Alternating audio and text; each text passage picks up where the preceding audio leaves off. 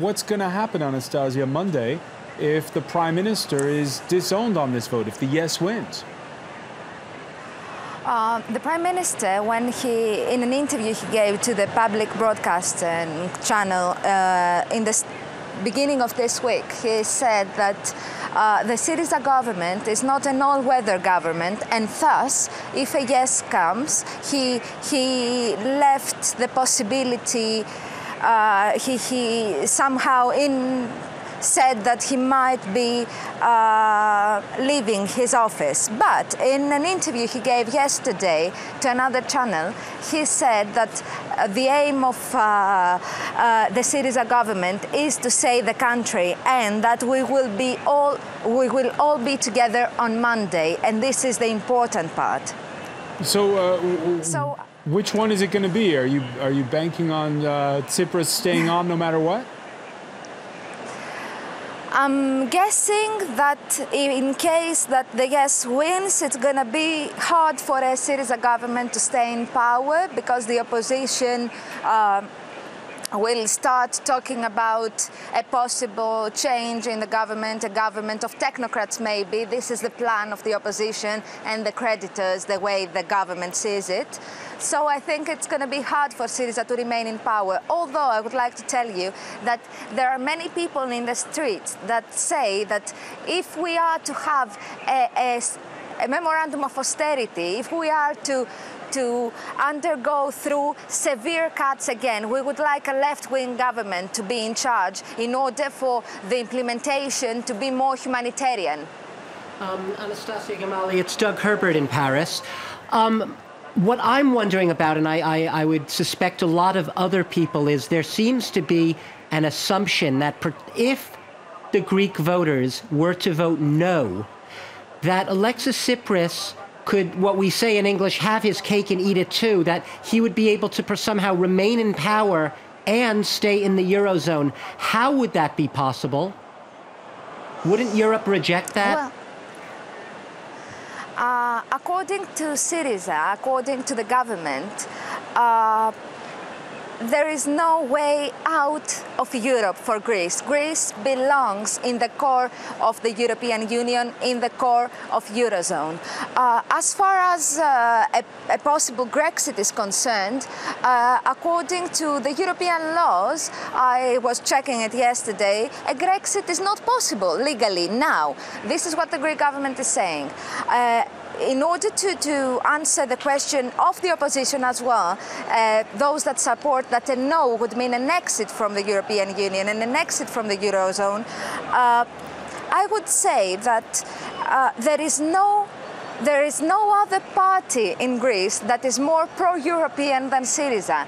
As Evklidis Tsakalotos, the Deputy Finance Minister, puts it, Syriza is a systemically European party, so it's a false dilemma, vote for no and, say no to austerity, but say also no to the Eurozone, and vote for yes and say yes to austerity and yes to the Eurozone. This might seem like a very obvious question to you, but I need to ask anyway. Is the referendum definitely going to happen on Sunday? I ask because sometimes we hear rumors, and of course they are only rumors, that even Syriza members are split over whether the referendum should happen. No, that's not true. There is a solid agreement, unanimous agreement among Syriza members that the referendum should happen, because Syriza is a very democratic party and a very European party, and referendums are in the core of the European principle and in the core of democracy. No one within Syriza says that the referendum should not happen. Within the opposition, there has been a huge argument on whether the referendum should happen, on whether there was enough time to prepare, on whether the question is a legitimate one, on whether the whole referendum idea is a legitimate one. But I think that these have been answered by the developments. On Sunday, we vote yes or no. Just a quick final thing. Alexis Tsipras keeps saying, and he has appealed many times, for the voters to say no. On my right hand. Sorry? Yes. Alexis Tsipras has said repeatedly, has appealed for a no vote. Have you had a chance to speak to him recently, in recent days? Do you have any sense, if he had to do this all over again, would he make different decisions about a referendum? About the referendum, I don't think so. Maybe the referendum should have happened sooner rather than this Sunday. This is a discussion that has been going on within the party, whether the referendum should have taken place sooner. But other than that, I think that no one within Syriza, and I can tell you this as a journalist within the Syriza paper, no one thinks that the referendum was a bad choice. Anastasia Giamali, you were showing us something on your right there. Oh yes, there is this large amount of people walking towards Syntagma. I think they are coming from a leftist party, and they were shouting that it's our history, it's our tradition to say no and to vote for no, and that it's a matter of dignity. One final question for you. Our correspondent Natalie Savarakis was telling us that there's a feeling in the build-up to Sunday's vote that Greeks are becoming more and more divided. How do you think the mood will be in your country on Monday, win or lose? Well, it's a referendum. It's a question and you have two options, A and B, yes and no. So division is to be expected. The Prime Minister has repeatedly said that the Greek people should remain united, and that on Monday we should all continue with our lives together, and we all have to continue with our lives together and find workable solutions. So we should avoid further, deeper division. I'm not sure whether this is going to be the case. I'm optimistic because in the end the Greeks have this mentality, and in the end they get together. But I must tell you, if I have to tell you something about the referendum, the division in this situation, in this referendum, has to do with class. It's very obvious to me. The vast majority of the people voting for no are the poor, the working classes, the unemployed, and the young. The majority of the people voting for the yes are the conservative, older people who come from higher income families, from higher income areas of Athens and all that. I'm sure that if we check the evidence on Monday, we'll see that in the richer areas the yes will prevail, and the poorer areas the no will prevail. Anastasia Giamali, many thanks for joining us from Athens, where that no rally is going on, and you, of course, advocating for the no. We'll have more coming up in just a few minutes on the Greek referendum, including we'll be speaking with the former Greek representative to the IMF. Stay with us. It's France 24.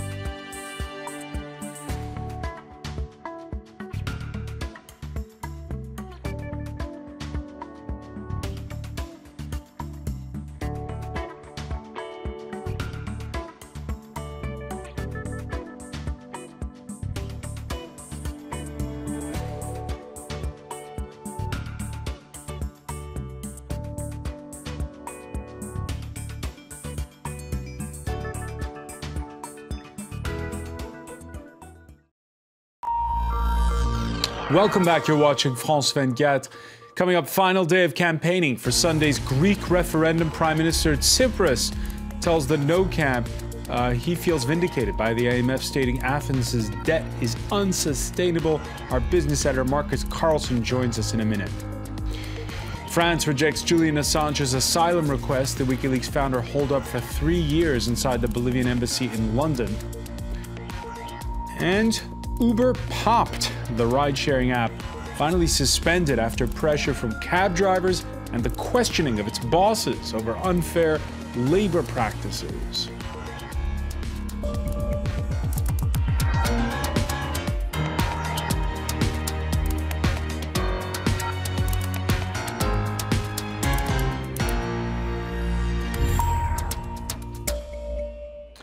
Welcome back to the France 24 newsroom. We're in the company of our business editor, Marcus Carlson. This on the last day of campaigning before Sunday's referendum. Alexis Tsipras calling on international creditors to write down Greek debts by as much as 30%.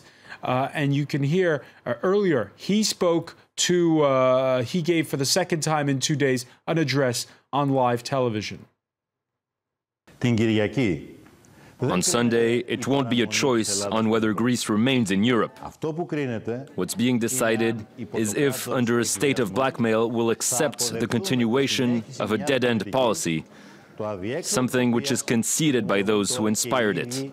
What's being decided Sunday is whether we agree to the economy's slow death and to an impoverished society. All right, and Marcus, Alexis Tsipras saying he feels vindicated by an analysis that came out Thursday by the IMF, saying the debt is unsustainable and that this whole question of the debt should have been brought in sooner. He says this is an argument for the no camp. Absolutely. He says that, well, he's basically leaning against the International Monetary Fund, saying that the IMF has it all right. What Alexis Tsipras was talking about is Greece's debt burden.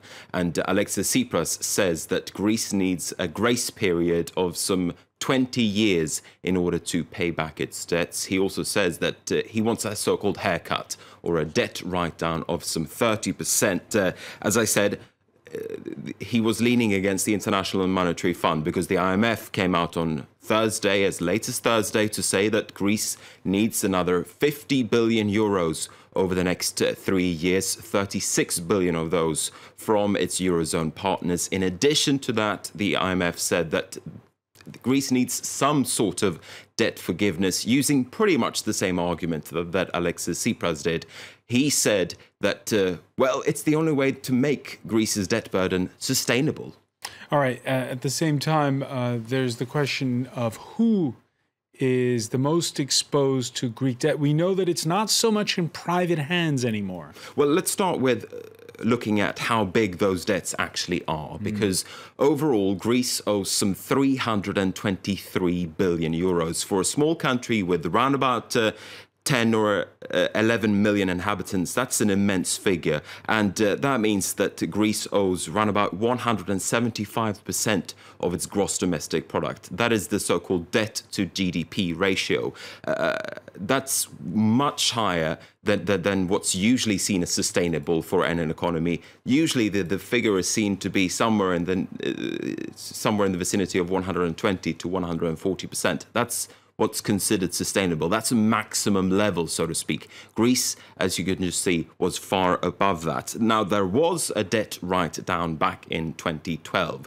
That's when private creditors agreed to, or at least, or perhaps they were strong-armed into writing off Greek debts to the tune of around about 100 billion euros. Still, that hasn't been enough to dramatically cut that debt to GDP ratio. Let's go back to your question when it comes to who owes, or who Greece owes, so to speak. And the Eurozone holds 60% of Greece's debt as a collective.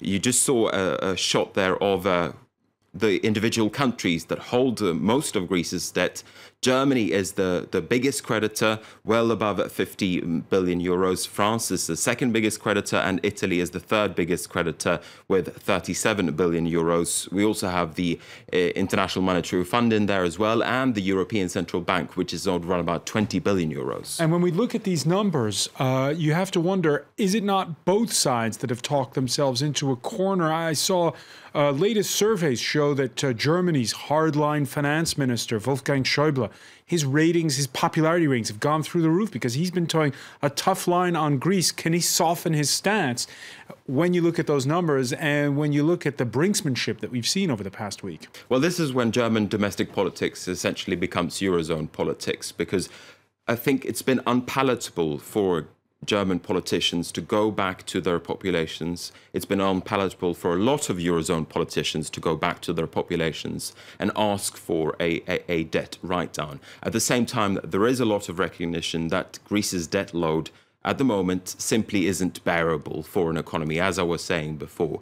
So there's been a lot of toing and froing between Brussels, between Berlin, between Paris, and other capitals in the Eurozone of what is essentially sustainable in the longer term. So this is a very difficult question. And the crunch thing is that it's very unpalatable for Eurozone politicians to ask their taxpayers to dig deep. All right. And of course, with the politics involved in all of this, it brings us back to one of the more essential questions, which is, what is the question that's being put to Greek voters on Sunday? There's a lot of debate about what the Greeks will actually be voting on. It's a question that needs to be read carefully just to understand the meaning. The Greek people are asked to decide with their vote whether to accept the outline of the agreement submitted by the European Union, the European Central Bank and the International Monetary Fund at the Eurogroup of the 25th of the 6th 15, and is made up of two parts which constitute their unified proposal. Two working documents accompany the question asked. The European Council has expressed its frustration at the complexity of the question. Put more simply, Greece's creditors made proposals last week, and it is on this specific set of terms that the Greeks will vote. Though business figures have called for a yes, Alexis Tsipras's government has urged the electorate to vote no. A large no would place Athens in a position of strength to renegotiate. A yes would probably mean the end for his government. For the creditors, the no would have the opposite effect. The Eurogroup predicts even greater economic problems, and many think a no vote would lead to a Greek exit from the Eurozone. In the shorter term, Greek banks deprived of liquidity and without the help of the European Central Bank would most likely go bankrupt. Marcus Carlson, how are the markets taking all of this in?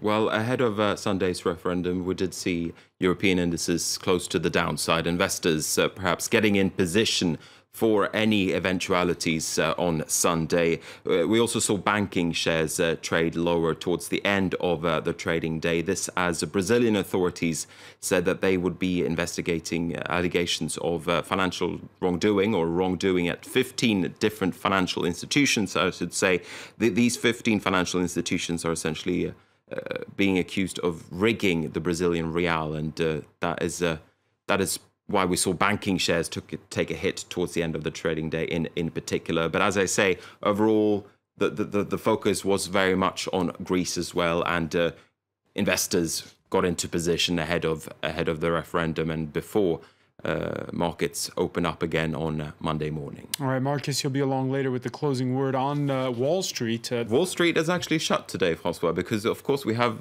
July the 4th. Tomorrow, the Independence Day. This is the day before. Okay, I get you. Well, it's because of the fact that the bank holiday is actually on a Saturday. So therefore, in order for Americans to get another day off. Okay, thanks for that, Marcus Carlson. They need their Friday, well, 3rd of July. You'll still be back later for more. Many thanks. And just to tell you as well, while there's been the power play over Greece going on, in this country, a power play over cab sharing services, Uber Pop shutting the meter on its ride-sharing app. This after a week that's seen the two bosses of Uber in France called in for questioning over unfair labor practices, and of course, last week's open revolt by Paris cab drivers. A victory for French taxi drivers, at least for the moment. Uber-Pop's been suspended. It's what they should have done. They're illegal anyway. Uber has announced it will be suspending its controversial Uber-Pop service this Friday over safety concerns for its passengers and drivers. In a statement, Uber called the decision, quote, a terrible missed opportunity, especially in a country with over 10% unemployment. I'm disgusted. The government has decided to put pressure on our company just because of one day of protests and violence. Several Uber-Pop drivers were physically attacked and their cars damaged or set alight by protesting taxi drivers during nationwide demonstrations on June the 25th. Uber-Pop drivers operate without a professional license, and taxi drivers, who often have to pay tens of thousands of euros for their permits, say it's unfair competition. It's only the second time the company has voluntarily suspended its services. It's a change in the communication of Uber, and it's above all a strong statement to protect the drivers and to put an end to this vicious circle of proceedings against the company. But the suspension may be temporary. If a French constitutional court rules in Uber's favor in September, the company has said it will resume services. Staying in France, up to now they'd been branded ghosts of the Republic, France's highest court, giving surrogate children the right to have legal parents in this country. It's a major turnaround. The Cour de Cassation appeals court ruling that while surrogacy remains forbidden in France, children born abroad through this practice will now be granted birth certificates and will be able to prove their French citizenship. The foreign birth certificates up to now had not been recognized. Unlike other children born abroad from a French father, these children could not get automatic ID cards, passports, family records, books, or social security registrations. France quick to reject a request for asylum by Julian Assange, the founder of the transparency website, writing an open letter to President François Hollande, published in newspaper Le Monde this days after the whistleblowing website published documents showing the U.S. had spied on successive French leaders, including Hollande. Assange has been holed up in the Bolivian embassy in London for 3 years. More on the story now from Mark Thompson. After 3 years of living in the Ecuadorian embassy in London, Julian Assange is eyeing up a change of scenery. The WikiLeaks founder wrote an open letter to French President François Hollande in Friday's Le Monde. In it, he asked for asylum, appealing to what he calls France's history as a beacon for the repressed. But the response from the Élysée was a short and swift no. The French president's office released a statement noting Assange is currently under a European arrest warrant and that his life is not in danger. Assange is wanted for questioning about alleged sexual assaults in Sweden. Prominent French personalities like actor and football star Eric Cantona had been among those calling for France to grant asylum. It comes after WikiLeaks revealed the US had spied on President Hollande and his two predecessors. That led to France warning Washington there would be serious repercussions for their relationship if it continued. The United States is an ally. We have to behave like allies, but this implies the need for respect. Assange claims the Swedish allegations of sexual assault are part of a plot to extradite him to the US. WikiLeaks released thousands of classified American documents in 2010. As of yet, he has not been charged with any crimes. The Syrian Air Force has been conducting heavy bombardment of the northern city of Aleppo. This in the wake of the largest insurgent attack there in 3 years. Islamists of various stripes leading that assault inside of the city. Meanwhile, 50 kilometers to the north, Turkey beefing up its troop presence at the border. Turkey, which flatly denies, by the way, media speculation that an imminent operation to create a buffer zone inside northern Syria is coming. Over the border in Iraq, it's no longer just the Kurds providing boots on the ground. The nation's Christians have been coming together and forming units to fight back against ISIS. Aged from 17 to 35, they mainly come from Mosul. These are the Babylon Brigades, Iraq's Christian militia. Our children are dying. Our Christian families were displaced. How can we accept people saying that the Christians aren't fighting? It's the opposite. We want to fight everywhere. The Islamic State group captured Mosul last year, offering Christians a choice between paying a tax to practice their faith, conversion, or death. Thousands fled to relative safety elsewhere in the country. Now they want to strike back against the jihadists, though it's not been easy for the Shiite trainers to get them into fighting shape. Those good Christian people are focusing on Mosul and the other areas taken by the Islamic State group. So in our training we focus on clashes and the unorganized war within cities. Courses last just 2 weeks, and few have much previous warfare experience compared to the battle-hardened Islamist militants. However, the Babylon Brigades are already active on the front lines, fighting alongside their Muslim comrades.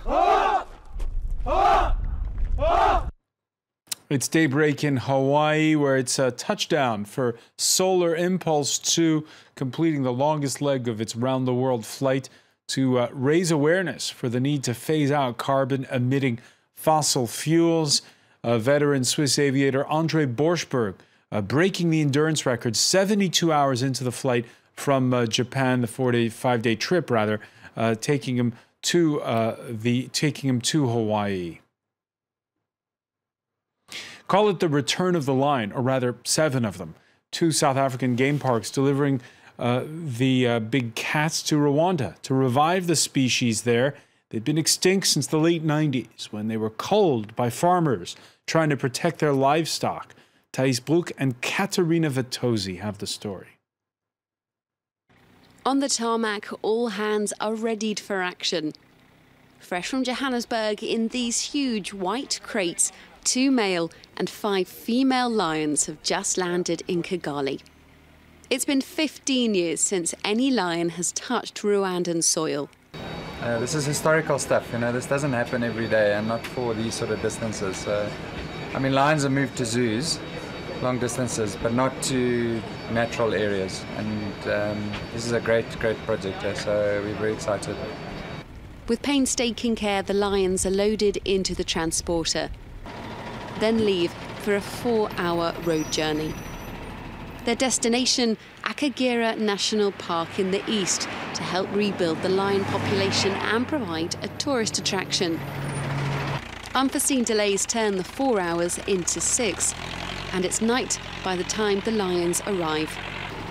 They are unloaded once again into a quarantine enclosure where they will stay for 2 weeks. The lions disappear into the dark. It's a huge conservation milestone. It's the beginning of a fantastic chapter for lions in Rwanda. It's sunrise over Akagera and its new residents. Officials here have built an electric fence to stop the lions escaping. There are also sensitisation campaigns to reassure local farmers. The majority are livestock producers. They are happy the lions will bring tourists to the area, but they still have some concerns. Lions prefer eating small animals, but you never know. They can also destroy the fence and then eat our cows.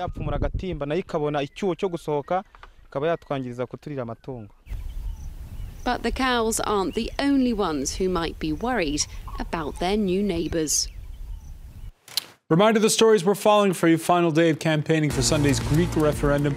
Prime Minister Tsipras cheering on the no camp. He may speak at a rally that's taking place outside Parliament. The yeses, according to surveys, though, closing the gap. These are live images from Athens, where those rallies have been taking place. France rejects Julian Assange's asylum request. The WikiLeaks founder holed up for 3 years inside of the Bolivian embassy in London. And Uber popped, the ride-sharing app, finally suspended after pressure from cab drivers and the questioning this week of the bosses of the French affiliate of the U.S. company over unfair labor practices. And right now on France 24, it is time for sports. We begin with tennis and the Wimbledon tournament. French Open champion Stan Wawrinka is safely through to the fourth round of Wimbledon after a straight sets win over Fernando Verdasco. France's Richard Gasquet is also through after seeing off 11th seed Grigor Dimitrov. He now faces Nick Kyrgios, who put out 7th seed Milos Raonic. Belgium's David Goffin also into the next round. Coco van der Vega is into the second week at a Grand Slam for the first time after the American crushed Sam Stosur, the 22nd seed, to reach the last 16. Swiss team Belinda Bencic continued her fine grass court form as the Eastbourne champion saw off Bethany Mattek-Sands to take her place in the fourth round.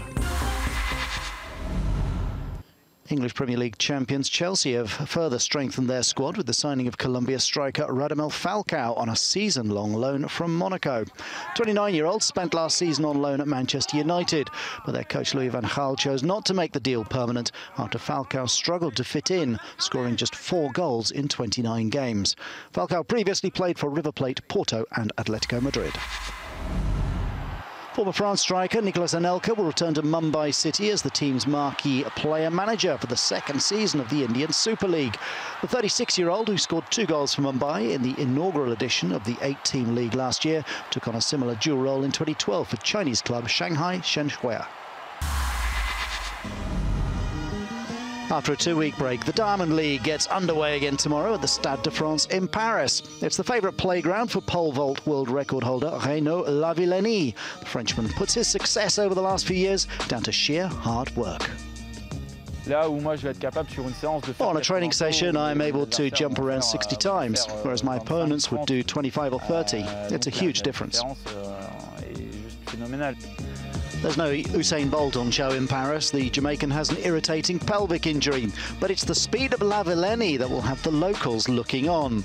The 28-year-old has won just about everything by now, including Olympic gold in 2012. And as he and his coach Philippe Doncos attest, pace has a lot to do with it.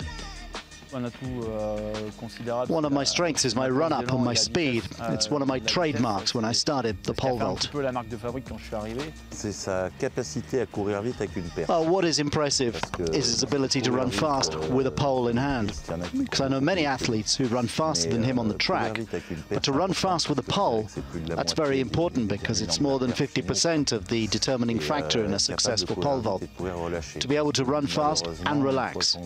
Even when you're running at top speed, there are still many things to do before jumping. Start running, visualize, and then jump. You've got to be relaxed to do that properly.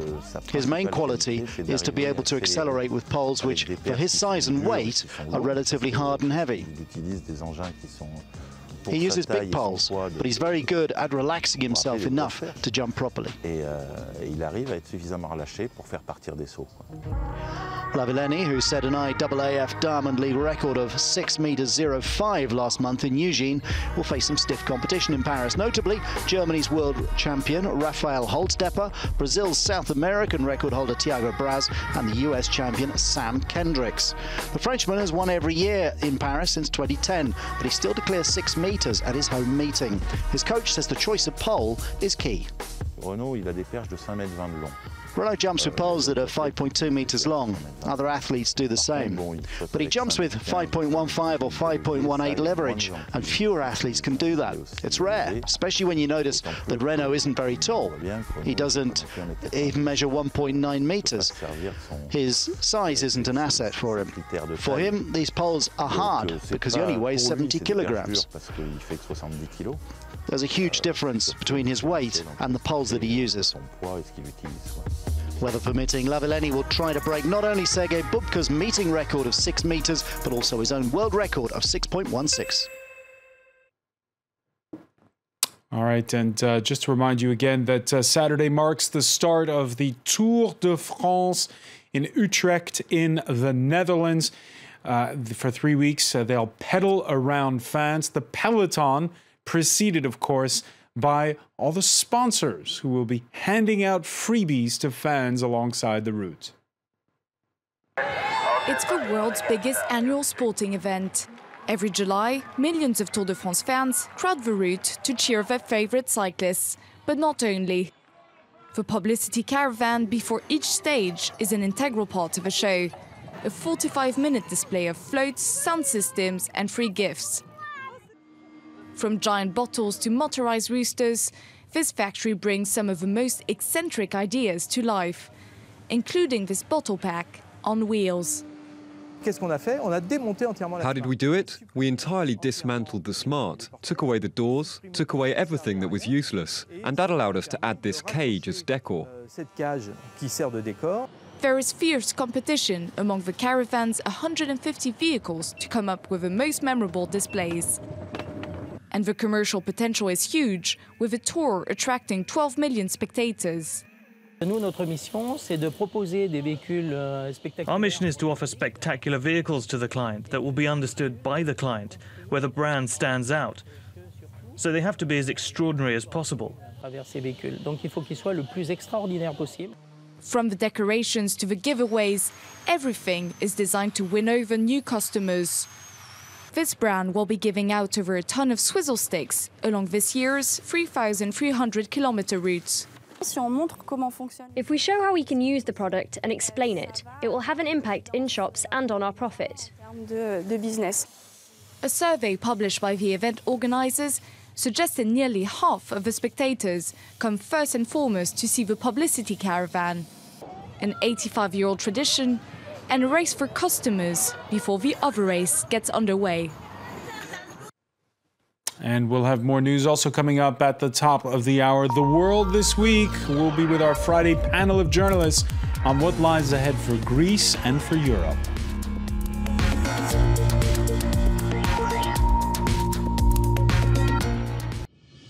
Down to Earth. We're down to earth in far northwest Kenya on a land that has welcomed 180,000 people in the last 2 decades. Most have fled violence in their war-torn countries, but a smaller proportion are here because their homeland has changed. The climate no longer supports their livelihood, and so they cross the border and end up here in a refugee camp. We call them environmental migrants. Down to Earth on France 24 and France24.com.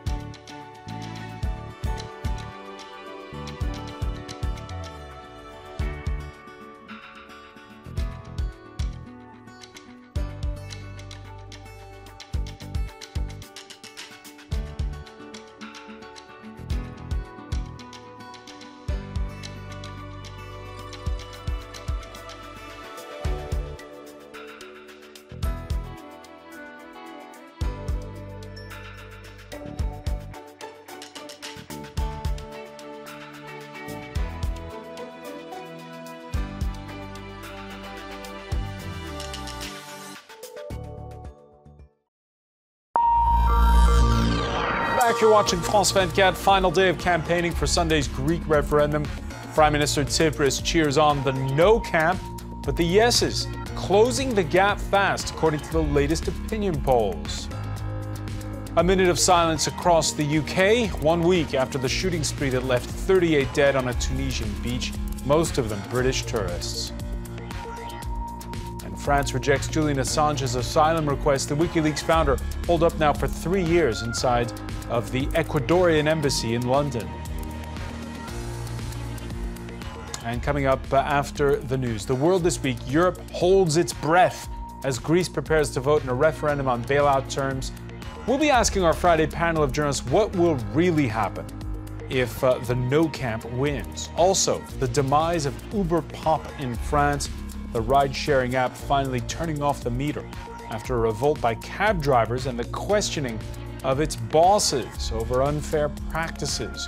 Your reactions on Twitter and on the World This Week's Facebook page.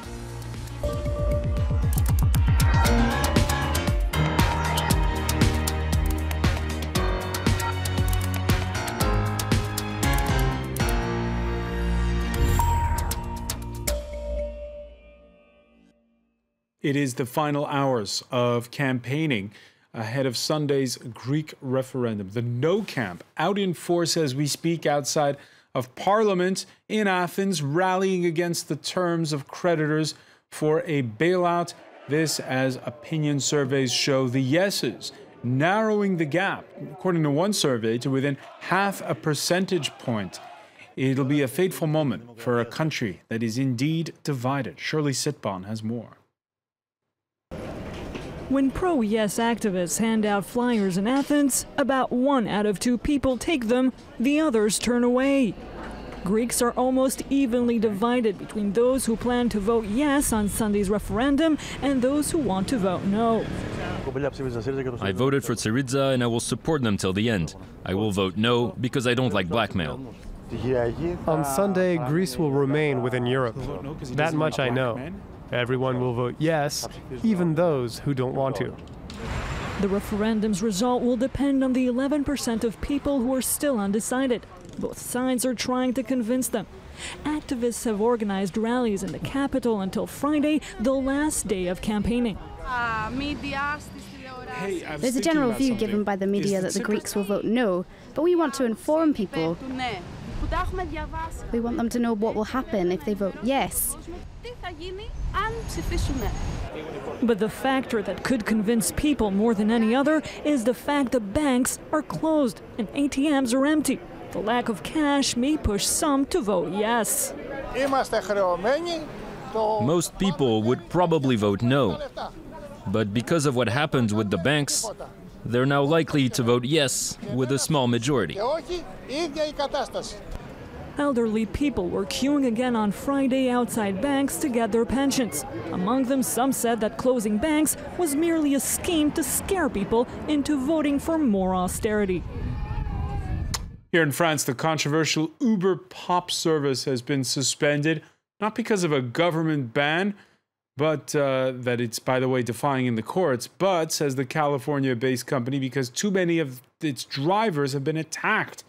It's been a tough week for the ride-sharing service after French taxi drivers led violent protests against Uber. 2 executives were held for questioning over the service. Diptyque Laurent has more. A victory for French taxi drivers, at least for the moment. Uber Pop's been suspended. It's what they should have done. They're illegal anyway. Uber has announced it will be suspending its controversial Uber Pop service this Friday over safety concerns for its passengers and drivers. In a statement, Uber called the decision, quote, a terrible missed opportunity, especially in a country with over 10% unemployment.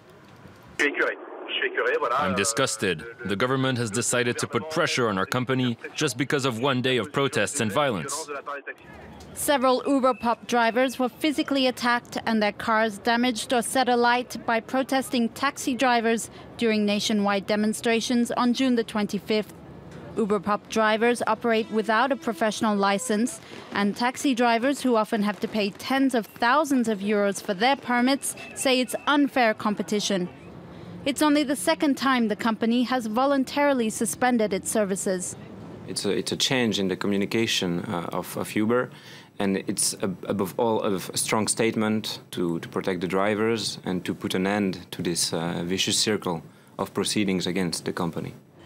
But the suspension may be temporary. If a French constitutional court rules in Uber's favor in September, the company has said it will resume services. From Windsor Castle to the green grass of Wimbledon, throughout Britain, a minute's silence 1 week after the shooting spree on a Tunisian beach that left 38 dead, including 30 UK tourists. Diptyka Laurent has more. A minute's silence at noon here on the beach at Sousse, where 38 foreigners were shot dead 1 week ago in an attack claimed by the Islamic State group. A few hundred people attended the ceremony, among them Tunisian Prime Minister Habib Essid and the UK ambassador to Tunisia. In Glasgow, the Queen also paid her respects. While at Wimbledon, games were halted as spectators, players and staff paused to honour the victims. At Buckingham Palace, like in all British embassies across the world, flags flew at half-mast. 30 British victims have been confirmed dead, many more injured. Other nationalities have been affected too. As a message to terrorists, it's quite straightforward. Terrorism will not win. Among the other victims, 3 Irish, 2 Germans, 1 Belgian, 1 Portuguese and 1 Russian. Earlier this week, the bodies of some of the British victims arrived back in the UK. The wounded have also been repatriated. Tunisian authorities have detained 8 people in connection with the attack. British officials are also assisting in the investigation. It's believed that the gunman, 23-year-old Saifeddine Rezghi, trained at the same jihadi camp as the shooter who gunned down tourists at the Bardo Museum in Tunis earlier this year. The shooting in Sousse was the deadliest terror attack on British people since the London bombings a decade ago. The Syrian Air Force has been conducting heavy bombardment of the northern city of Aleppo.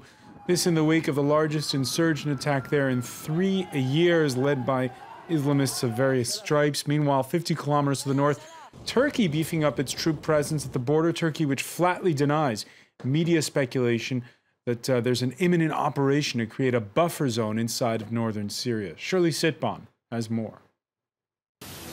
The border town of Karkamis may be quiet, but Turkey's concerned it may not last. Only 50 kilometers from here, rebels, jihadi militants, and Syrian regime forces are fighting brutally. New Turkish forces have been deployed in this area and along the border in case Syria's clashes come any closer. In recent days, Turkish media speculated that the army will establish a secure zone on the other side of the border in Syria. Turkey's prime minister says that's not going to happen right away. It's correct that we've taken precautions to protect our border. If there's any circumstance across the border that threatens Turkish security, orders to act have been given. Aleppo has been divided for more than 2 years. The city, which used to be Syria's bustling economic hub, is partially controlled by regime forces, partially by rebels. On Thursday, several groups formed an Islamist alliance, their goal, taking the whole city. On Friday, the army replied with massive bombing of rebel-held areas. The government has pounded the city since dawn. Fighting hasn't been this intense in 2 years. For Bashar al-Assad, losing Aleppo would be a dramatic blow. The regime has already lost much of the north, including the province of Idlib, and seems unable to retake any of the territories it has lost. A record-breaking touchdown for Solar Impulse 2, landing in Hawaii at 6 a.m. local time, completing the longest leg of its round-the-world flight to raise awareness for the need to phase out carbon-emitting fossil fuels. Veteran Swiss aviator André Borschberg breaking the endurance record 72 hours into the flight from Japan over the Pacific Ocean. And we'll have more news coming up. Right now, it's time for The World This Week.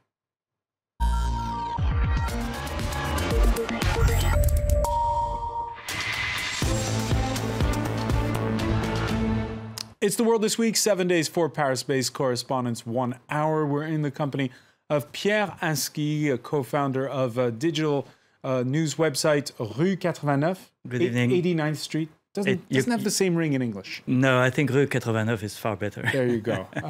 Tamais Papagiannou, correspondent for Greek state broadcaster ERT. Back on air, and we were just saying, getting ready for its first election night since returning air. We'll talk about it in a minute. Amazing. Sam Sheshner, senior reporter for the Wall Street Journal, and who writes a lot about technology. I noticed that we'll be talking a little later about Uber Pop. I'm sure you'll have a few things. Been keeping me busy this week, that's for sure. Say about that. And we also welcome back Michael Kirtley, producer of the World Memory Film Project. Nice to be here. Nice to see you. The World This Week, where you can join the conversation on Facebook and Twitter, our hashtag F24Debate.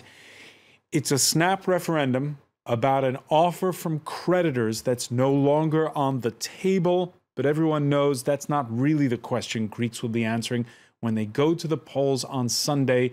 The yes and no camps staging rallies in what became, as of midnight last Sunday, the first industrialized nation in 71 years to miss a payment to the IMF.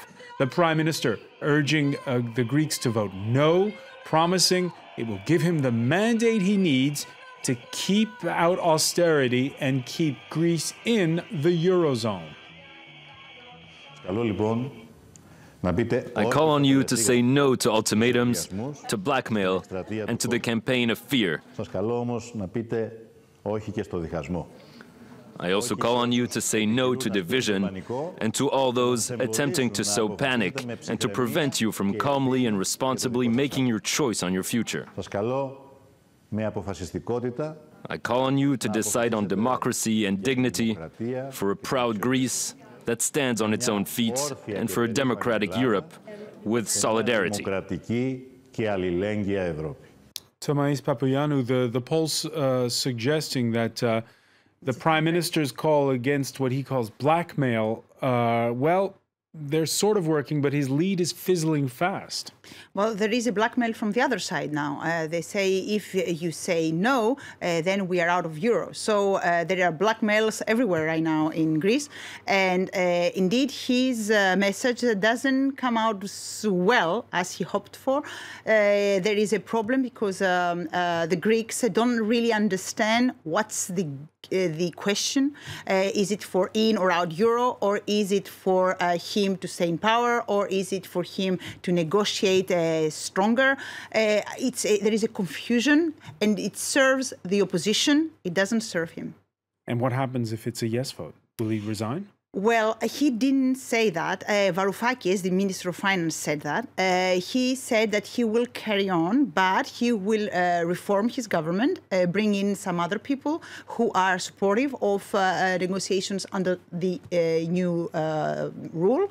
And we don't know. Actually, the Europeans asked him to step down and bring a new government in with elections. Actually, this is Martin Schulz, who in an interview in a German newspaper, the Speaker of the European Parliament, Speaker of the European Parliament, permit himself to allowed himself to pronounce how the political thing will go in Greece. And actually, he said we were waiting for a transition government with technocrats, and then a new elected government. And this is a huge interference in a member state politics. All right, he's not the only one, by the way. The rest of the continent talking about ring fences. The head of Germany's Social Democrats arguing Europe faces far bigger crises with Ukraine and migrants. Others insisting a no vote will mean pain first and foremost for the Greeks themselves. The program has come to an end. There are no negotiations underway. If the Greeks will vote no, they have done everything but strengthening the Greek negotiation position. The Greek negotiation position will be dramatically weakened by a no vote.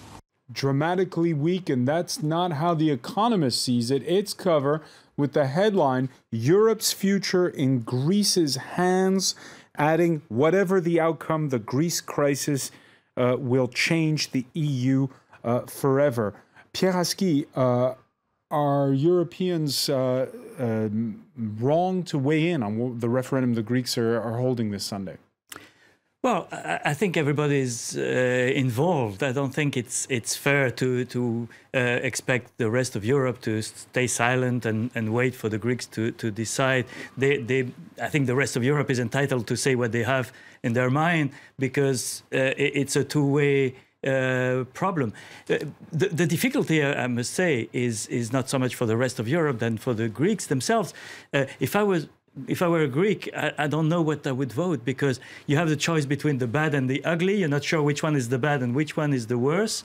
And would you have a stronger Greece to negotiate with Europe if it's a yes, that means you show a commitment to stay in Europe, or if it's a no because you show that you're fed up with the way things have been dictated to Greece for the past 4 years? So it's a very confusing situation. I was going to say, though, following up from what Thomas said, does it matter what the question is almost at this point? We know that the Prime Minister is urging a no, so it's basically become a plebiscite on Alexis Tsipras to a certain degree. Well, it could be seen as a plebiscite on Tsipras, and it could be seen as a plebiscite on remaining or not within the euro. And some Greeks are saying today, you know, Europe has been so bad with us in the past 4 years that let's leave. You know, we'll have a tough time for a few years, but at least we'll have dignity, we'll have our independence back. So it's a very difficult situation. My feeling is that in the last moment, especially after this week of bank closure and the beginning of the difficulties in daily life, people might be tempted to vote yes because it's the bad and not the ugly. The bad, not the ugly, but the problem is actually the question that never asked is whether do you want debt restructuring or you don't want debt restructuring. Varoufakis said the actual question in reality is that Europeans don't want debt restructuring. And the Greeks don't seem to understand that the problem is debt restructuring. And on Thursday, the IMF weighing in with this analysis, Michael Kirtley, saying that the Greek debt is unsustainable. Many Greeks upset, saying, why didn't the International Monetary Fund publish this a lot sooner? Well, their economists have been saying that for quite a while, actually. This is not the Battle of Thermopylae, right? We're not going to see Greece fall off into the ocean or all the people die. And I think it's really important to get a little perspective. It seems to me, whatever the vote is, we're not going to see Greece suddenly exit the euro. There's going to be a lot of negotiation. The people in the Troika don't want to be in place when a member state exits the euro. They're going to also want to do something themselves to try to stop that from happening. I see it more as a kind of brinksmanship on the part of Tsipras, because he is in a game right now, and that game is to find out, in my opinion, where are his limits and where are the limits of the Greek people? The Greek people, as has been pointed out, I mean, with the closing of the banks, are feeling a little bit of fear right now, maybe a lot of fear right now. But on the other hand, they also, at some point, when you feel fear, you start feeling, well, you know, to hell with everything. We want to fight this through. So I can't say with any feeling of certitude what those same people what they're feeling today is the same thing they're going to feel on Sunday. I can't say, but what I can feel is that whatever happens Sunday, there's going to be still lots of negotiations. Still lots of negotiation, nonetheless, as Pierre Aski was just mentioning. Since Monday, you have capital controls. That means citizens are not allowed to take out more than 60 euros a day from bank machines. It's a humiliation for a country, isn't it? It's not only humiliation, it's devastating to the economy. I think that there will be money released, so the Greek people and the Greek businesses will be able. This is not going to go on forever. There's this hiatus that's taking place because of the announcement of the referendum. Once the referendum's over, there's going to be a lot of movement. There's going to be release from the Greek central bank, if from nowhere else. The country, I don't think, is going to just fall into a standstill. This is the summer months. This is the big tourist season. How could they allow that to happen? And how could Europe allow that to happen? I mean, we tend to look upon this as black and white, but I see there are lots of shades of gray. How could they allow that to happen? Sam Sheshner, I've seen some columnists Compare it to Sarajevo in 1914, where this kind of that we sleepwalk into something not World War I, but a financial. But we sleepwalk into a big financial mess, a much bigger one than the one now. Well, I think that in a weird way, the referendum might come afterwards in terms of how deeply committed are these Eurozone countries to an ever closer Europe. That will determine how willing they are to advance cash in order to keep the question open of whether or not Greece has to print its own. I mean, in some ways... The decision won't be made overnight, I don't think. I mean, they're not going to suddenly say on Monday morning, no more Greece. Exactly. So there's going to be a period where that question is going to get hashed out, and we're going to see whether there's really an almost unprecedented ratcheting back of what Europe is, as opposed to a continuing further integration of it. All right, and that brings in another protagonist, if I can borrow the Greek word on this, which is Germany. On Wednesday, the parliament bore witness there to a good cop, bad cop act with the Chancellor, Angela Merkel, insisting Alexei Tsipras was, quote, still her friend, which hardly seems plausible if it had come out of the mouth of her finance minister. The situation has dramatically worsened. Since this government took power, it has done nothing except reverse measures, go back on previous commitments. It has negotiated and negotiated. We don't know if the Greek government is going to hold a referendum or not, whether it is for or against it. You can't, in all honesty, expect us to talk with them in a situation like this. We need to wait and see what happens in Greece. Note, Pieraski, Wolfgang Schäuble, his popularity has soared this week. He's at 72% favorable ratings, higher than Angela Merkel. Yes, but what I hear is that she doesn't want to be the chancellor who might have presided over the collapse of the euro, and that has apparently a big impact on her attitude, and she has developed recently some mother feelings towards Tsipras. I mean, she's as you said, when she says he's still her friend, it seems that she's maybe it's a good cop bad cop attitude within the German government. Yes, but she's more open to more negotiations, and I agree with what Michael said. There will be more negotiations, whatever happens on Sunday. Even though we're seeing this campaign by Germany's largest selling newspaper, Bild, every day there's an article talking about those feckless Greeks.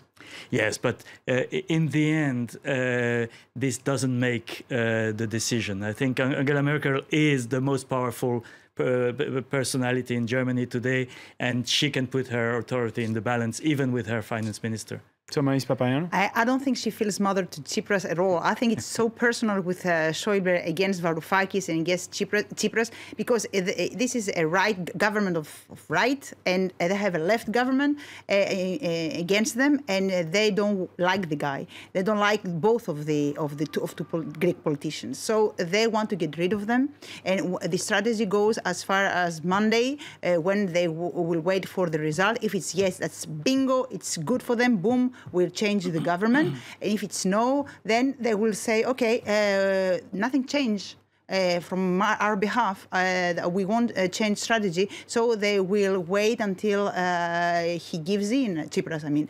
But it's a standstill. They don't like him. It's really personal. They want to get rid of him. And it's obvious because all the Germans in the parliament spoke against the two persons, Varoufakis and Tsipras, calling them all the names you can even imagine. On that point, Sam Schechner, the French, earlier this week, we heard the president say that even though there's a referendum coming up Sunday, let's talk. And the Germans said, no way. A rift opened up. The French prime minister has since denied that there's any kind of discord between Paris and Berlin over this issue, but it seems as though there might be. Well, it's definitely it exposes different points of view, and you see the political question playing out differently depending on where you are in Europe, and about how far you need to go. And you to see who has the Greece. final word in that argument. Well, I think that this is, and we're sitting in Paris, and maybe not the best place to say this, but I think that this crisis is sort of showing who writes the checks and who's like in charge. In the end, it's the Germans who win. It's the Germans who win. And by the way, I wanted to ask you about this, Thomais. It's unfair to say that it's only the Germans. It's unfair. Who are upset. Them, yeah. The former editor-in-chief of French newspaper Le Monde, writing in Slate this week, said the Greeks deserve better than Tsipras and his allies. Like yesterday, they deserved better than the colonels, the time of the dictatorship. Well, I won't comment on Le Monde, but I'm definitely positive, certain that it's not only the Germans, it's Finland, it's Slovakia, it's the Balts, it's Holland. There is a front against Tsipras, and he made big mistakes during these 5-month negotiations. But he made some good. That means that he has resisted since January. So that gives hope for some other parts of Europe, the south parts, that means Portugal and Spain, perhaps Italy, who are waiting for someone to get the lead, to resist, and then follow up with the elections. I don't know, but the thing is that there are two poles, there are two different attitudes in Europe. But right now, in the middle is France. But right now, the north of Europe leads and writes the checks.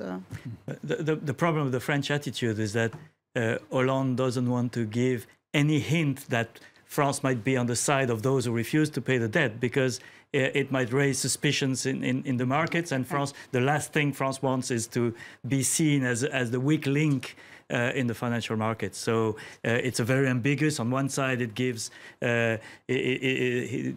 political signs to its own left, and on the other side, it's quite orthodox to the markets. All right, when we come back, we'll talk about the perception of the French when it comes to doing business. This in the case of Uber and its ride-sharing app, Uber Pop. We'll also look at what's been going on across the channel with that tribute to those killed in Tunisia last week in that terror attack. Stay with us. You're watching The World This Week.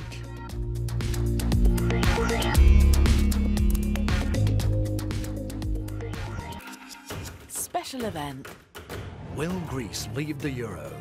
It seemed unthinkable a few days ago, but now the possibility of Greece leaving the monetary union is on everyone's mind. The Greeks will vote on whether or not to accept the austerity plan proposed by their debt holders. A no vote could mean the country's exit from the eurozone. France 24 will be broadcasting live from Athens to bring you one of Europe's most crucial referendums. 8:30 Paris time. Reste à savoir maintenant comment les I finished ahead of the message audio d'ailleurs ça a suscité. Therefore he is dispatched. End of the speech. Des chefs journée historique. À la cathédrale en Alliance libyenne, à l'armée régulière libyenne. France 24, everywhere. Gaza Revisited. On July 8, 2014, Israel launched Operation Protective Edge in the Gaza Strip. A war that lasted for 50 days left 2,500 dead, thousands injured, and hundreds of thousands homeless. Weeks of bombing left a field of ruins. Buildings that weren't reduced to dust were left on the verge of collapse. Inside Gaza, people are scrabbling to survive. France 24 looks at a war with no victors, in which the greatest losers are the people of Gaza. Gaza Revisited on France 24 and France24.com. Welcome back, or welcome if you're just joining us. Before we resume The World This Week, a sample of the stories we'll be following for you at the top of the hour. Rival rallies taking place in Athens in the final hours of campaigning ahead of Sunday's referendum. According to the police, at 7 p.m., At 8 p.m. local time, there were 15,000 demonstrating in favor of the no, 12,000 in favor of the yes. Opinion surveys say it is too close to call. In other news, we'll be following for you a minute of silence across the UK 1 week after the shooting spree that left 38 dead on a Tunisian beach, most of them British tourists. And France rejects Julian Assange's asylum request. The WikiLeaks founder holed up for 3 years now in the Ecuadorian embassy in London.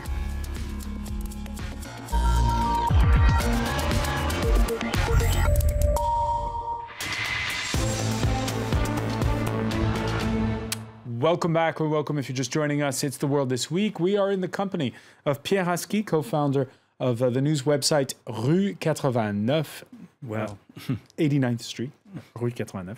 Thomas Papayannou, correspondent for Greek state broadcaster ERT, which is back on air after, what was it? 2 years. 2 years of, it was blackout. Yeah. A 2-year blackout for austerity reasons. Of course, there was controversy because some said it was taken off air because it wasn't nice to the government and nice, and a lot of people working there. All right.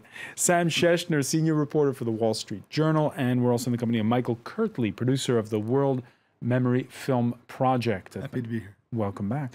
From Windsor Castle to the green grass of Wimbledon, throughout Britain, a minute's silence this Friday, 1 week after the shooting spree on a Tunisian beach that left 38 dead, including 30 UK tourists. What more can be done to stop radicals from preying on soft targets? On Thursday, Britain's defense minister telling Parliament he'd like to go to the source, and the source is where Islamic State militants have their headquarters. We know that ISIL is organised and directed from northern Syria. That's why the Prime Minister said during the debate last September when on taking military action in Iraq, that, and I quote, there is a strong case for us to do more in Syria. Our position therefore remains that we would return to this House for approval before conducting airstrikes in Syria. Any action we take must not provide any succour to Assad or Assad's regime. Michael Kirtley, airstrikes in Syria, is that a good idea? I think that we're in a situation where these kinds of solutions are really kind of half-baked at this particular point. They don't have, there has to be a coordinated strategy, not only in terms of tactical maneuvers, but also in terms of communication. ISIS will win against us every time that we allow them to have the higher ground in terms of messaging, and they have it all the time. Every time that they have an action, that a terrorist attack in some place, every time that they gain a little bit of extra ground. So taking the terrorist attack, it's very difficult to predict, very difficult to preclude those at this particular point in time. But it's a lot easier to deal with the gain of ground issue. And what we've seen in recent times is that ISIS has had a very hard time maintaining ground that is gained outside of Syria and outside of Iraq. Therefore, it has a harder time to promote its message worldwide as a continuing source of power.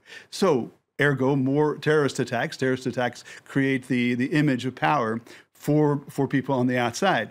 So I think that if you're going to attack ISIS, you have to also understand that in Syria and in Iraq, they've got plenty of places to go. I remember just a few weeks ago, I was on this show where ISIS had a major setback. And then I said, well, they're going to go to Syria, they're going to start all over again. And that's what would happen. So if you really want to contain ISIS, the key is to remove their territory. Territory is very, very important to their image as a caliphate. Power in terms of communication is very important to their image. So I think that when I hear suggestions like this, I don't hear anything that says coordinated effort. What I hear is, let's do something. Let's react. And reaction, I don't think, is going to resolve this issue. Certainly not a reaction like Manuel Valls by declaring that we are in some sort of war of civilization. That means that we're calling ISIS a civilization. Is that what we're doing? So, well, in fairness, in the context of those remarks he made on radio last weekend, he said that it was a war of civilization against barbarity, is what he said. But where's the other civilization? Pieraski? I'm not Manuel Valls. But to come back to the point of what we just saw in the British Parliament, one has to remember that 2 years ago, it's the British Parliament that voted against airstrikes on Syria after the chemical weapons were used by Assad's regime. And that vote by the British Parliament gave the pretext to Obama to pull back from that operation and leave the French, who were going to take part in it, alone in that. So there's been so many errors, so many failures in handling this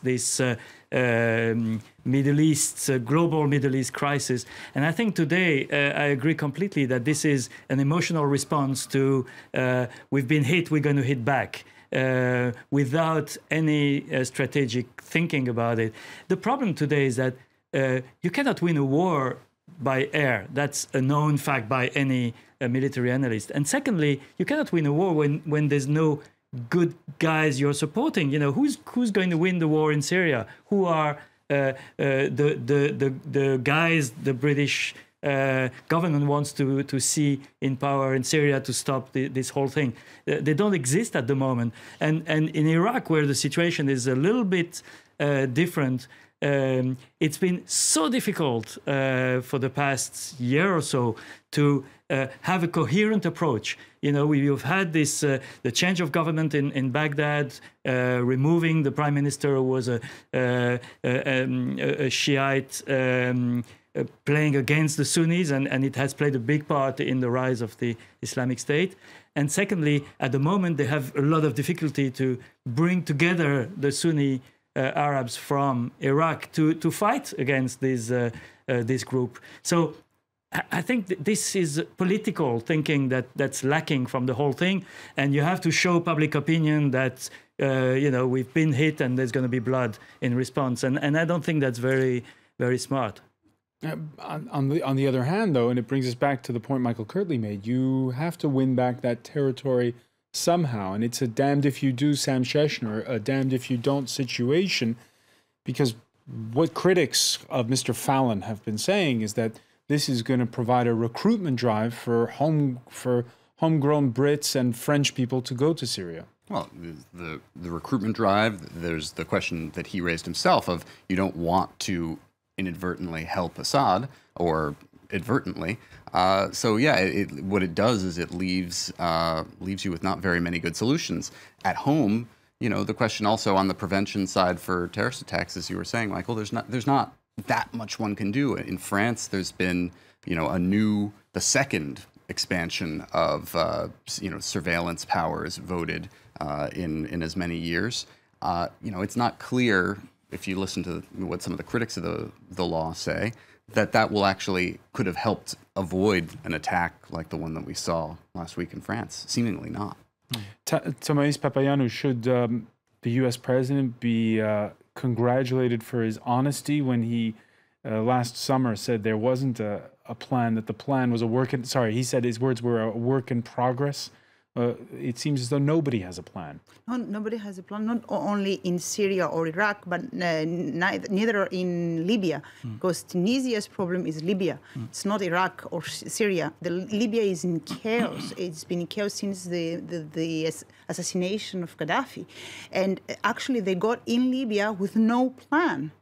France, the US, the British, with no plan to get rid of Gaddafi. And then they left the country with nothing. Just they wanted some contracts, the oil, of course, but now Libya is in huge chaos. And it's not only chaos for Tunisia, for the terrorism, but also for the immigrants. So this is where they should act also. I'm definitely the same opinion. That means that they need a plan. They need a really good plan, a military plan and a political plan. And that means that they really need to think about the cultures there and what they should do, not only now because of the tourists. They were British, unfortunately. Imagine if they were only Tunisians. There wouldn't be that much attention to the Tunisians. But because of the British, perhaps it can be this the excuse to launch a new strategy, and especially this time not only with the local soldiers, but perhaps they have to bring some foreign soldiers, British, American soldiers, French soldiers, but nobody wants that. So it's a dead end. There's no doubt that our expeditionary wars in Iraq and in Libya have greatly created the situation of chaos that we see today. And yet, Michael Kirtley, we saw during the recent campaign, Ed Miliband called David Cameron on this. It had no effect in the polls. Nobody's called Nicolas Sarkozy out on Libya either. It doesn't seem to bother them politically, that the fact that Libya was perhaps a half-baked plan.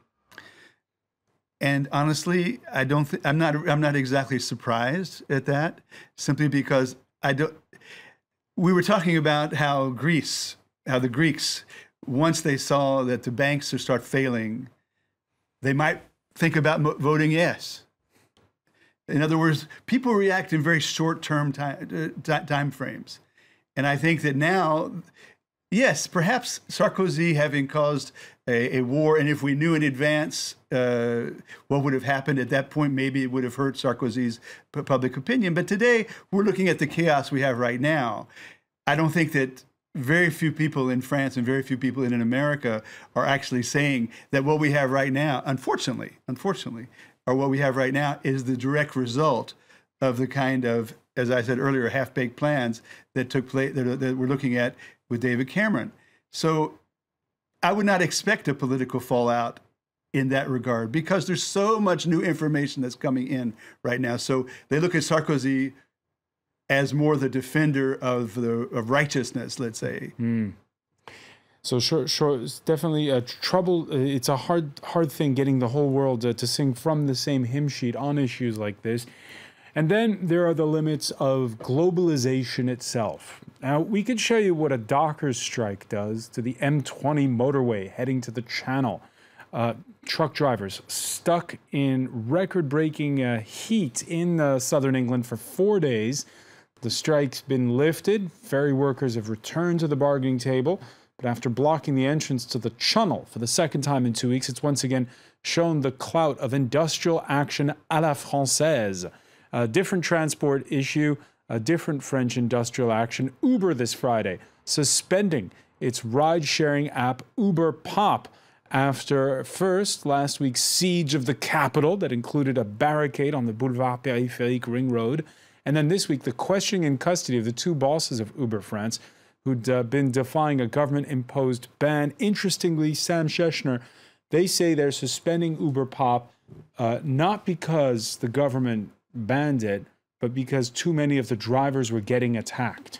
Well, that was their first reason. They say that it's the safety. Safety is their main concern. But they acknowledge that they've been in intense discussions with the government since their two heads, the head of Western Europe and the head of Uber France, were in custody and indicted on crimes that could, lead to real prison time. I mean, this isn't just like a fine. So, I think that they acknowledge that the pressure from the government played a role. Should Uber Pop be banned? Well, that's a question that I think is not a simple one. Whether or not you're French, Uber Pop is a gambit. Uber Pop is, intentionally outside of the legal framework. It's a way to try and force legal change in the countries that Uber operates in. They see, wow, there's a regime for non-taxi drivers, but it's too complicated. There's not enough drivers. We can't grow fast enough. Well, we'll just do this. It's not legal. At least it was when they first did it. And, we'll see where the chips fall. So, should it be banned? I think there's a strong case to be made that, rule of law is rule of law. Then again, do you want to be a Luddite? It's a difficult question to answer. And it takes place, Pierre Aski, in a country where a taxi medallion costs, I think, up to 240,000 euros. That's right. Yes, we have the heritage of the old world, which is very hard to improve or to solve. And we have the New World pushing. And this is an exemplary case of what the whole world is experiencing, actually. You know, the disruption from new services based on technology, on different ways of employment. And it's not only in France, to be fair, that these problems arise. Maybe in France they take a more dramatic way. But only last week in California, Uber was sentenced by a court to consider one of its drivers as a full-time employee and not as a contract worker. So these legal procedures are complicated everywhere. My guess in the case of Uberpop is that it's only temporary because, you know, the Uber has filed to the Constitutional Court a case to check the constitutionality of the law banning Uberpop, and this will come this fall to be examined exactly at the same time when the two leaders of Uber are going to be in court for practicing an illegal profession. So it's I think this fall we're going to have a lot of evolutions, and I think the government, you know, that may be the way you modernize France, is that you move 2 steps ahead, then you move back 1 step, and you allow things to move on. And I think some people in the government understand that there is a need to modernize, that Uber is somehow a way of advancing in a field that's completely blocked. The taxi issue is a tragedy in France. It's a Greek tragedy because you have this, you know, these taxis have paid a lot to have their license. It's their pension, it's their life savings. And suddenly you have someone coming and say, okay, guys, the game is over, and now anyone can be a taxi. That's, you know, you have to take that into account. And I think in the end, my guess is that this will be solved in a positive way. And meanwhile, Uber VTC, the Uber X, the main service, is continuing. I mean, it hasn't been at all affected. That's one of the most clever things about it, in a way, from the point of view of Uber and even from the French government. They've sort of changed the topic of conversation. Yes. When this all started, it was a question of 15-minute rules against VTCs and how do we you know, stop the growth of that business overall. Uber created this sort of straw man, which will get knocked down, leaving the rest of the business intact. Absolutely, it's a tactic. And I think that something that is often overlooked is this is also a question of new technology. It's not just a question of people. It's not a question of drivers and passengers. It's also how do you use the new applications that are coming on how are they regulated? And more than anything else, the Uber got a big advance because they were able to come up with a good application. Others will come up with other applications. The fact that, and I agree totally that it was kind of a straw man type of scenario, it's very likely that Uber never had the intention in France or probably elsewhere to actually continue forward with Uberpop, but they wanted to stake out ground in other areas, especially in UberX. In America, I think it's called Uber Black or something. But anyway, they wanted to stake out a ground so that part of that's the bread and butter that they're using. Uberpop is not the bread and butter of Uber.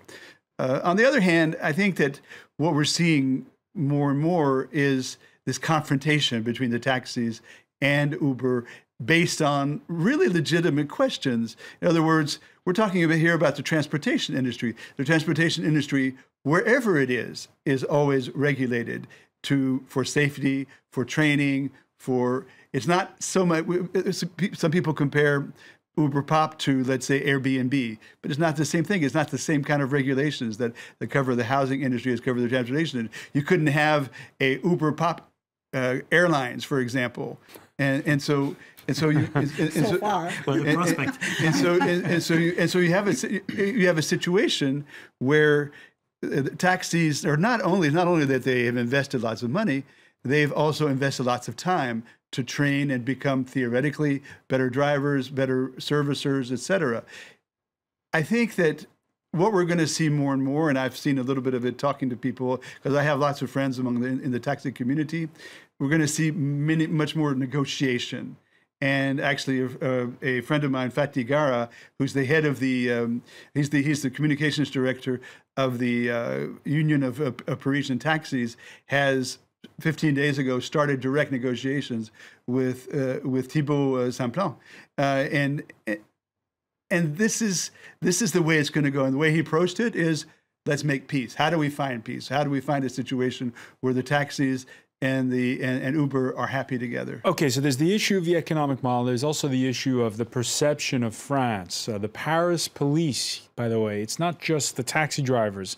The Paris police has an 83-strong brigade on the prowl for Uber pop offenders. They're nicknamed the Boers. We can show you them patrolling in the area near Gare de Lyon train station. Uber quoi? Uber what? Uber. Which Uber? Pop. Pop. Sortez. Allez, okay, exit the vehicle. Sortez du véhicule. Vous éteignez le moteur. Turn off the engine, sir. What app is it? Uber Pop? Ouais. Okay, come with me, please. You are better than that. Thomais Papayannou. It is shocking, though. She's the client. Yeah. Oh, it's not the client's fault. It feels like picking up a prostitute. Exactly. I'm shocked. But you also pick up the client. You also punish the client. Punish the client. When it's a prostitute, you do that too. It's like prostitution. How's France looking in all of this? They've created a new word. It's called Uberization. Actually, for the whole economy, they ask themselves whether we are assisting in Uberization of. Yes, it's the head of Publicis, the big advertising agency, who said all my clients are afraid of being Uberized. Uberized, which means disrupted. And when you talk to bankers or plumbers, they all think, where is the app that's going to kill us? To be fair to France, I mean, this question about Uberization is not unique to France. Sure. And the concerns about it, as you mentioned, that case in California goes straight to that issue. Are we going to live in an on-demand economy where no one has a real job but just kind of waits to be summoned by their smartphone? You know, that scares a lot of people. And so I don't know that in itself is the But when we had, for instance, last week, Courtney Love tweeting that it was worse than Baghdad and François Hollande do something, and she was trying to get to the airport. And talked to correspondents who spent time in Baghdad, and they didn't take that comment that well. But I think to that point, it is not good for France's image. You know, you had prominent investor in the United States, Marc Andreessen, yesterday, tweets. Come to France for the French tech ticket, referring to a new visa program to bring entrepreneurs. Stay for the arrest warrant. It doesn't play that well in Silicon Valley. But I think, to be fair, this is not something that is only happening here. And, I just have a hard time beating up too much on a country that's just trying to enforce its laws. All right, and just a final word on this. Everyone should take a leaf out of the page of the Dutch, because when the Tour de France sets out on Saturday, it'll be from arguably the bicycle capital of the world, Utrecht in the Netherlands, soon home to a bicycle garage billed as the biggest in the world, 12,500 spaces, more than at Amsterdam train station. Utrecht is a small city. 350,000 live there. 25,000 of them pedal to get to work. I want to thank our panel for being with us. Pierre Hasky, Sam Schechner, Michael Kirtley, Thomais Papayannou. Stay with us, please, though. It's time for our Media Watch segment.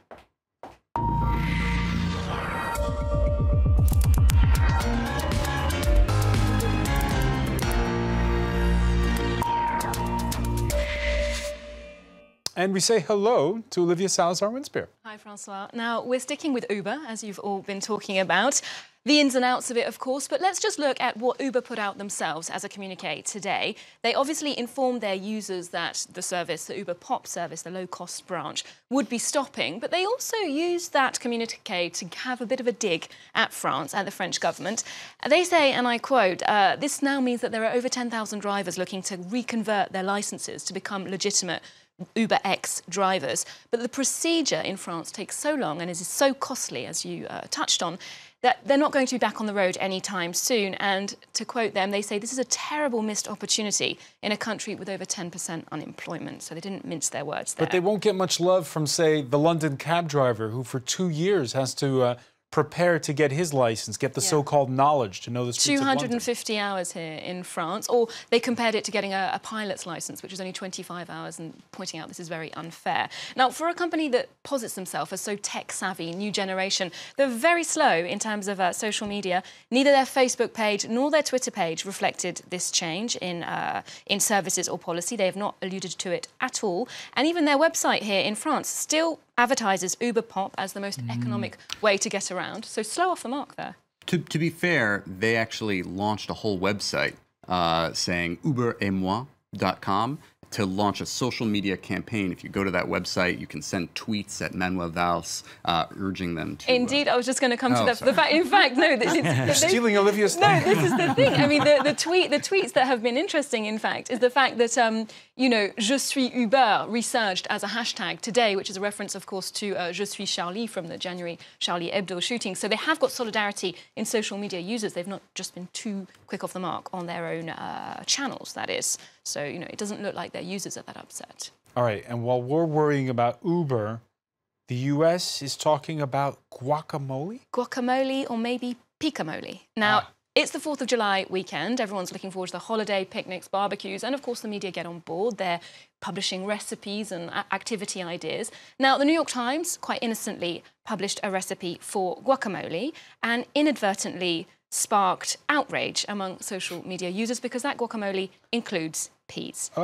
And there you go, there's a very natural response from you. Now, many people agree with you there, Francois, including the Republicans in Texas. They say the New York Times has declared war on Texas when they suggested adding green peas to guacamole. And the scandal got so out of hand that everybody has, you know, had an opinion on it. Every media channel started publishing pictures of peas in guacamole, or picamole, as they are calling it. Of course, the president eventually had to weigh in. Barack Obama said he does respect the New York Times, but he's not into peas in guacamole. A political issue that everyone has to have an opinion on, of course. So Jeb Bush weighed in. That's the Republican frontrunner at the moment. In a first, he's on the same page as Obama, something that prompted a New York Times short editorial piece saying, is this the first time we're going to see these two guys agree? I'm not sure. Now, speaking of presidents or presidential candidates, Donald Trump, I know he's a favourite of yours, he hasn't weighed in on the guacamole gate because he's been in hot water recently over some racist comments he made about Mexicans. That is something that he was actually screened on US television saying that when Mexico sends people to the US, it's not the best Mexicans who are arriving here. They're bringing problems, they're bringing drugs, crime, they're rapists. So this is someone he's lost some business deals after these comments. So he's probably reluctant to talk about Mexicans or Mexican food at the moment. All right, many thanks for that, Olivia Salazar-Winspear. I want to thank our panel once again. Thank you for being with us here for The World This Week.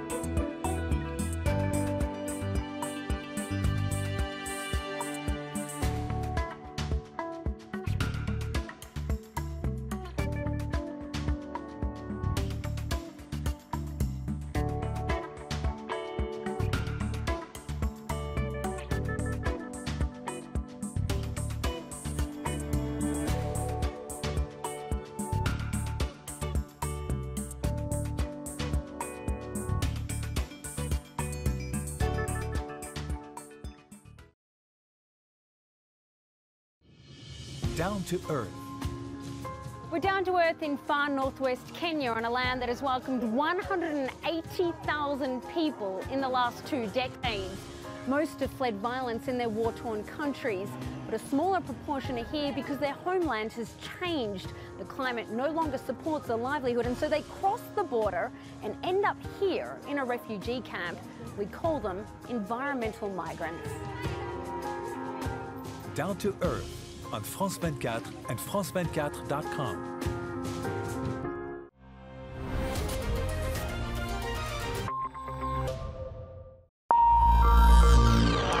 It's 8 p.m. here in the French capital. You're watching live from Paris on France 24. I'm Tom Burgess-Watson. These are our top stories. Rival rallies in Athens. Tens of thousands of people take to the streets of the Greek capital. That's ahead of Sunday's high-stakes referendum. Remembering the dead, a minute's silence is held to remember the 38 victims of Friday's gun attack in Tunisia, most of whom were British tourists. And no asylum for Assange. The French government says it won't grant the WikiLeaks founder asylum. That follows a letter published by him in a French newspaper today. Welcome to the programme. Also coming up in the next 30 minutes, the US app-based car service Uber says that it has been forced to suspend its low-cost Uber Pop function here in France. All the details on that in Business with Marcus Carlson. Plus, preparing for the Grand Départ as the 102nd edition of the Tour de France gets underway tomorrow, we bring you a report on all the last-minute preparations.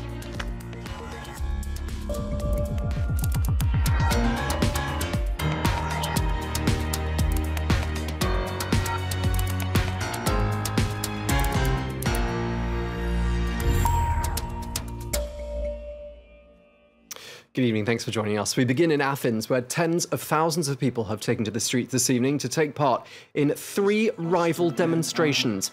This as Greece prepares to vote in a referendum on Sunday, in which a no vote could be viewed as an outright rejection of the single European currency itself.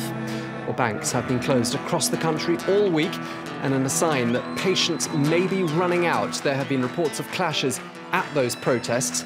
The Prime Minister, Alexis Tsipras, is backing the no vote. Those who are also planning to vote no are gathered in the central Syntagma Square, which we're looking at pictures of right now.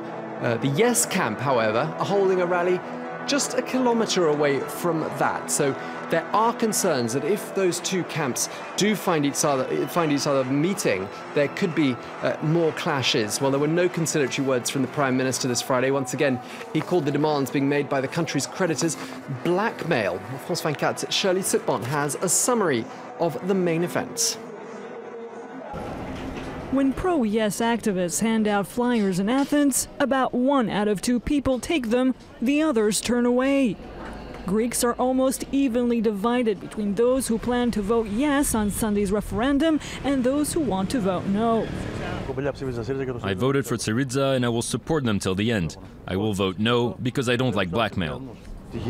On Sunday, Greece will remain within Europe. That much I know. Everyone will vote yes, even those who don't want to. The referendum's result will depend on the 11% of people who are still undecided. Both sides are trying to convince them. Activists have organized rallies in the capital until Friday, the last day of campaigning. There's a general view given by the media that the Greeks will vote no, but we want to inform people. We want them to know what will happen if they vote yes. But the factor that could convince people more than any other is the fact that banks are closed and ATMs are empty. The lack of cash may push some to vote yes. Most people would probably vote no. But because of what happened with the banks, they're now likely to vote yes with a small majority. Elderly people were queuing again on Friday outside banks to get their pensions. Among them, some said that closing banks was merely a scheme to scare people into voting for more austerity. Well, France 24's Natalie Savarikas joins us now from Athens. Natalie, just bring us up to speed, because looking at those pictures and hearing those reports of some scuffles at those protests, it sounds like people are losing patience. listen, Tom, right before this absolutely overwhelmingly big crowd assembled outside Parliament, we had some self-styled anarchists, if you will, who came and had minor scuffles with the police. They originally dispersed the crowd, and they, I think, also used it as an opportunity to make their mark, if you like. Greeks are indeed losing their patience. At the banks, the money is slowly running out. The pensioners cannot access their income, and if they can, it's only a fraction of that amount. So overall, Greeks are starting to wonder what will happen after Sunday. But if anything, this crowd has only one word on its lips, and that is ochi. And if you can't understand what that is Greek, and you better get used to it, because that's what these people are going to be saying on Monday. A big no to austerity, a big no to the, as they say, the diktats of the Germans, no to Greece being a colony of the European Union. Basically, ochi.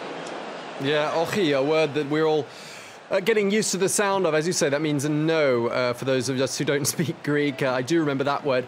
Just looking at the numbers, we're getting some reports from the police there in Athens. 25,000 people in that no camp, just below where you are now in Syntagma Square. 20,000 in the yes camp. If those numbers are anything to go by, sounds like it is more of a resounding no, isn't it? Absolutely. I mean, I can tell you, Tom, I have seldom seen so many people right outside Parliament, which is the building, the neoclassical building you see there. They have poured in, they have completely covered the square, around the trees, in front of the shops. They're everywhere beneath me. It is overwhelming, this flood of people, all calmly. Just earlier, you missed it, they were chanting repeatedly, no, no, no. Now we're hearing some song, speeches. I tried to come here. I nearly missed it. I could not get through. I was like, there was like a barrier, a human barrier that wasn't allowing me to just move. It's pretty impressive. Of course, at the other, right behind Parliament, I mean, you can't really see, is the all-marble stadium, the Panathinaikos Stadium, where the first modern Olympic Games took place back in 1896. The link, if you like, of Greece with the Western civilized world. A big symbolic landmark of Athens, where the yes crowd assembled. And of course, all the people there are people who say yes to the euro, yes to membership of the Eurozone and the European Union at any and whatever cost. Have you been hearing, just talking to people during the course of the last few days, we've known about this referendum for a week or so now, do the yes and the no camps, do they tend to see eye to eye? Do they come from different social backgrounds? Do they come from different socio-economic groupings? Is there a sort of sense of respect, perhaps, amongst them for their respective views? Well, it's a very interesting issue there you raise, and I'd like to answer in two parts. The first part is that we had the recent polls that were released, and all polls show that over 7 out of 10 Greeks want the country to remain in the Eurozone, right? And what we hear, many of these people in the no camp are people who want yes to the euro and yes to the Eurozone. But what they're saying, what it's all about for them, it's a matter of national pride. It's about, you know, not just continuing with these recessionary measures that have led this country to 25% unemployment, to 1 out of 3 Greeks on the brink of poverty, to hunger, to just misery, really, for so many of them. Now, it's interesting, the second part of my answer is that, yes, you do feel some sort of divide when it comes to background from these two people. Not necessarily. I mean, it's quite cliche in some respects, but when I came at a former yes, if you like, crowd, you could see many people with, you know, their designer bags or platform shoes and heels, very well dressed up. So you have differences in the crowds, and the only worry we all have, especially political analysts or people like me, journalists, who, you know, every day speak to these people, we see how there's growing animosity between Greeks. And that's why you see many celebrities or politicians or are calling for unity at such crucial times for the country. Natalie, I'll have you really quick with this next answer. In a couple of words, people watching, are wondering about this referendum. Is this a stroke of genius on the part of Alexis Tsipras, the Prime Minister, or is this an act of perhaps stupidity, you might say? I'm afraid I'm too small of a character to answer this. Only history will be able to say, and I think the answer will come in a couple of days and a couple of weeks after Sunday, if he's able to, you know, clinch a good deal with Europe for these people who have been suffering, many of them, for the past 5 years. I think we'll just have to wait and tell on how this all develops in the coming days. Natalie Savanikas, thank you very much indeed. An extraordinary scene there in the heart of Athens. Let's just look at those pictures for a minute longer. Massive crowds there, just panning around as well. There seems to be quite a carnival atmosphere there as well, right in the middle of Greece. And just as she was saying there, around the corner from the Greek parliament is the Yes camp. So extraordinary to think that those two groups of protesters are so close to each other in that same central area of Athens, and the crowds are swelling by all accounts. Huge numbers of people there, in the tens of thousands at both rallies. We'll be keeping a very close eye on developments there in Athens throughout the course of this evening.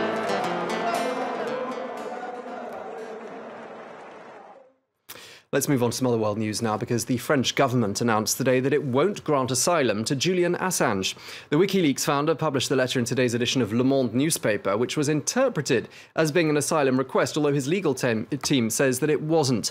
Well, Assange, who turns 44 years old today, is spending his 4th birthday holed up at the Embassy of Ecuador in London. France 24's Mark Thompson has more.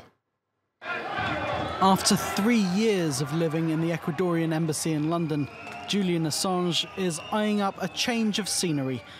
The WikiLeaks founder wrote an open letter to French President François Hollande in Friday's Le Monde. In it, he asked for asylum, appealing to what he calls France's history as a beacon for the repressed. But the response from the Élysée was a short and swift no. The French president's office released a statement noting Assange is currently under a European arrest warrant and that his life is not in danger. Assange is wanted for questioning about alleged sexual assaults in Sweden. Prominent French personalities like actor and football star Eric Cantona had been among those calling for France to grant asylum. It comes after WikiLeaks revealed the US had spied on President Hollande and his 2 predecessors. That led to France warning Washington there would be serious repercussions for their relationship if it continued.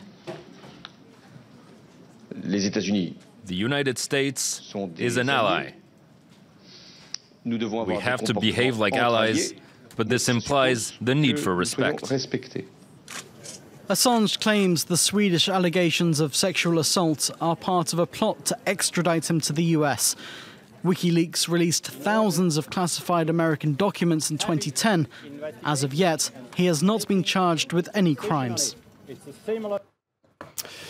Now, events have been held today to remember the victims of last Friday's gun attack in Tunisia, in which 38 foreigners, most of them British, were killed as they sunbathed in the resort town of Sousse. Well, a minute's silence was held at midday local time there at the scene of the attack, and also right across the United Kingdom. France 24's Diptyka Laurent has more. A minute's silence at noon here on the beach at Sousse, where 38 foreigners were shot dead 1 week ago in an attack claimed by the Islamic State group.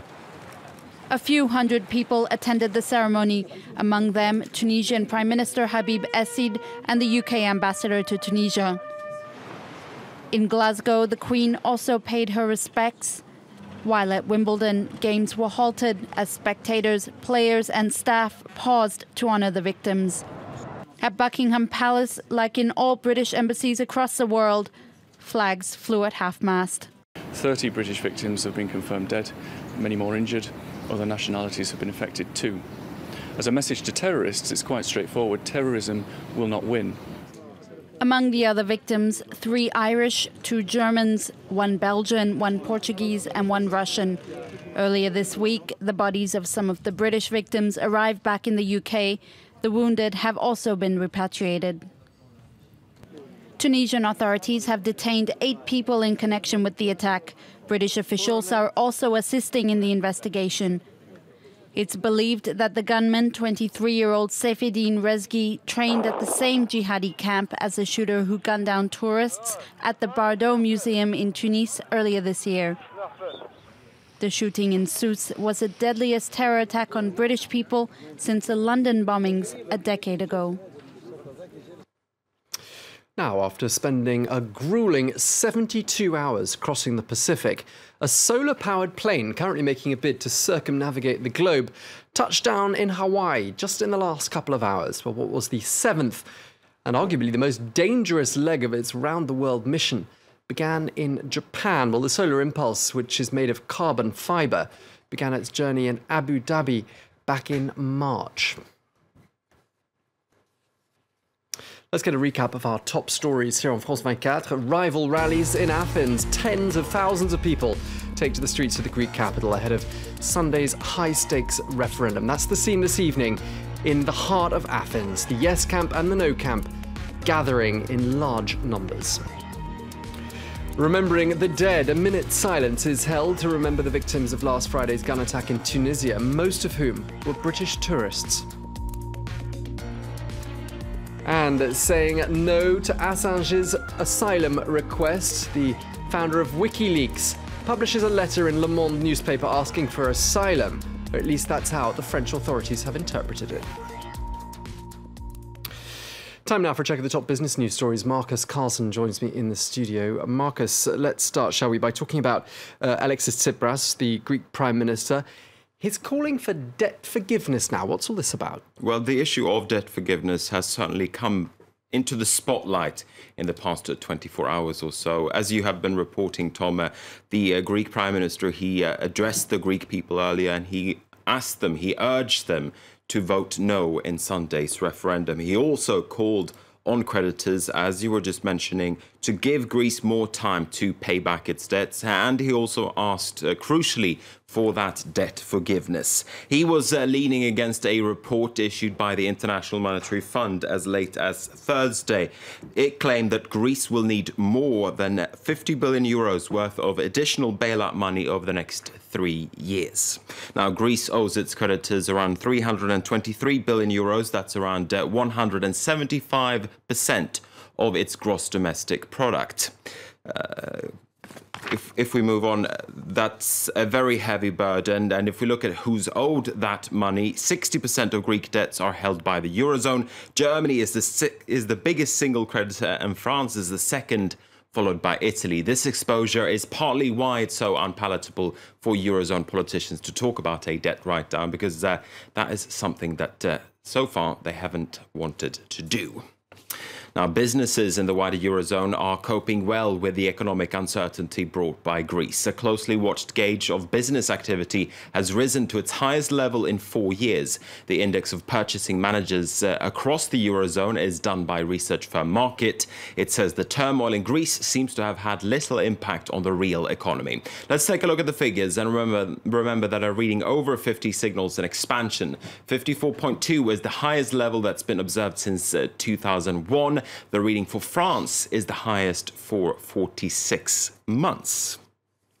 Let's take a look at how the markets have been faring on the back of all of that. And on this final day of the week, European indices ended in negative territory. Investors were eyeing Sunday's vote in Greece and may have turned down their risk exposure ahead of that vote. US markets are shut this Friday as Americans are preparing for the Independence Day holiday on Saturday. Now, ride-hailing company Uber has suspended its controversial service Uber Pop in France. The firm is pulling the plug, saying too many of its drivers have been attacked. It follows violent protests as late as last week by French taxi drivers. Uber Pop has become the lightning rod for critics who say it amounts to unfair competition for regular taxi drivers. Dipsika Laurent has more. A victory for French taxi drivers, at least for the moment. Uber Pop's been suspended. It's what they should have done. They're illegal anyway. Uber has announced it will be suspending its controversial Uber Pop service this Friday over safety concerns for its passengers and drivers. In a statement, Uber called the decision, quote, a terrible missed opportunity, especially in a country with over 10% unemployment. I'm disgusted. The government has decided to put pressure on our company just because of one day of protests and violence. Several Uber Pop drivers were physically attacked and their cars damaged or set alight by protesting taxi drivers during nationwide demonstrations on June the 25th. Uber Pop drivers operate without a professional license, and taxi drivers, who often have to pay tens of thousands of euros for their permits, say it's unfair competition. It's only the second time the company has voluntarily suspended its services. It's a change in the communication of Uber, and it's above all a strong statement to protect the drivers and to put an end to this vicious circle of proceedings against the company. But the suspension may be temporary. If a French constitutional court rules in Uber's favor in September, the company has said it will resume services. Let's bring you through a few other business stories we're watching for you today. Chinese authorities say they've launched a probe into possible market manipulation. It came as Shanghai's main stock index ended Friday's session down. 5.8% down, to be specific. It follows a turbulent market week in China. The Shanghai Composite has now dropped by nearly 30% since hitting a peak in mid-June. China's stock market regulator says it will look for clues of illegal manipulation across markets. Meanwhile, France and Angola have signed the dotted line on a wide range of business agreements. The signatures came during a visit by the French president in the southern African country. The French hotel chain Accor signed a deal with a local firm to manage 50 Angolan hotels by 2017. Oil company Total also inked 2 contracts with Angola's national oil firm, Sonangol.